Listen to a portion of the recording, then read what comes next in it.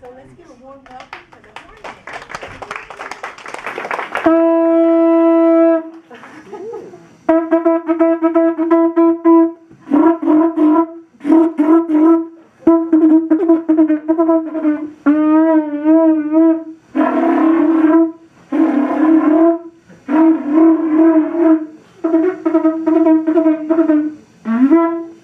Hi everybody, I'm the Hornman, and today I've come here to share the fun it is to make music with 12 different horns from all over the world. Just as the horn has undergone a transformation, yet retained its essential nature over time, so too has Bill Nemoyten, the Hornman. With a sense of style and a flair for humor, Bill has brought music to the masses, one audience and one student at a time.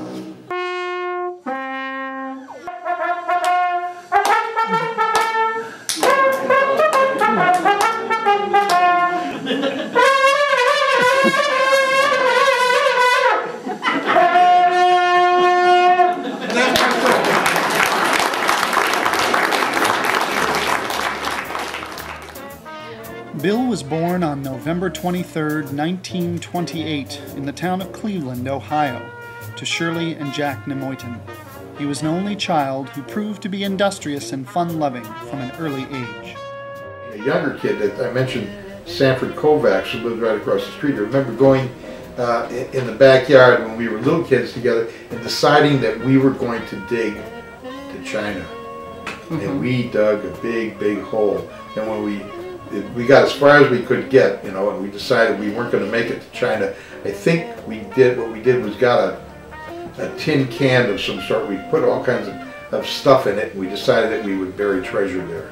Bill's love of music and of playing the trombone, however, did not emerge until his early teens. By that time I was 12 and getting ready to go into junior high school. I'd gone over to my cousin Don Singer's house. And Don was a year older than I am. And Don was playing the tuba. He said, well, he plays this in the band, and the band was fun. And he said, would you like to play it? And I gave my, I blew into it. And of course it sounded like a sick cow. But I think, I wrote a story about this, and in it I said, but it sounded like a sick cow, but I think from that point on I was hooked. Bill's fascination and delight with the horn grew, and he soon settled on the slide trombone. This was in part because it was the hot instrument of the day, played by two of Bill's musical heroes, band leaders Tommy Dorsey and Glenn Miller. Other things enticed him as well. I was really intrigued because you had to go up 3 flights of stairs behind the auditorium, and that's where the band room was. And it was like the highest point in the building. You could look out the window and you could see the whole neighborhood from there. I went up there and I said, this is like a whole new world here. And there was something about all of the equipment, the shiny instruments, the smells, everything that just kind of captivated me. It was something about, I fell in love not with just the trombone, but with the whole, I liked the music. Music was important to me, had become important to me. Throughout his teen years, Bill earned money playing in many bands. His favorite instrument was a King Model 2B, his first quality trombone. Exactly the same as Tommy Dorsey's, except that his was gold-plated, and this was just regular brass. It had a form-fitted simulated alligator case. And it had 2 balancers on it. It had he had added an extra balancer. That's that little round thing in the back.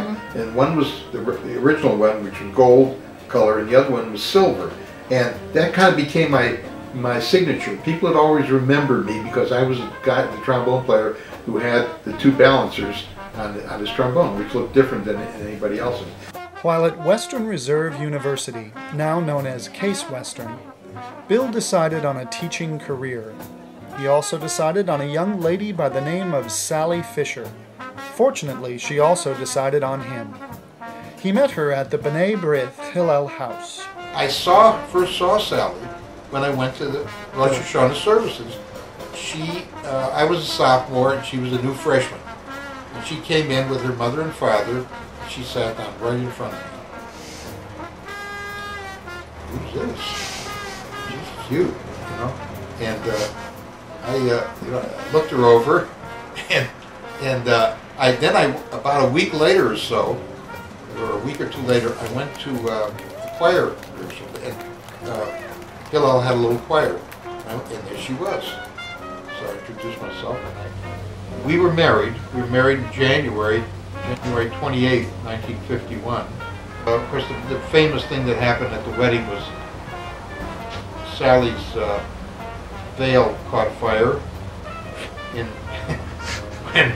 When Rabbi Sherman, Stephen Sherman, went to kiss her, she leaned over the candles that were there, and the candles started to burn her veil, and he put it out with his hands.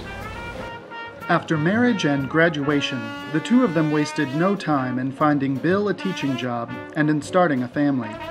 The dynasty was ensured with the birth of their first daughter, Jo, and, following soon after, Mark, David, and Sue. From their mother and father, each child inherited a prodigious talent. Jo, a violinist and comedian.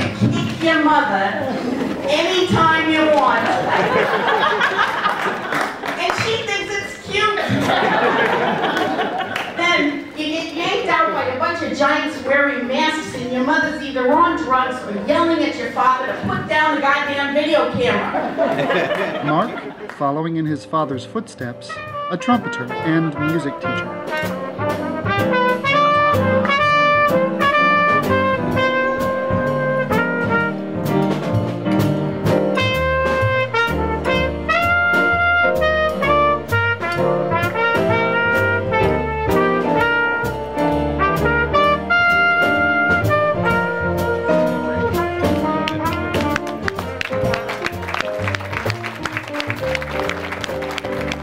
David, a wild performer and opera singer.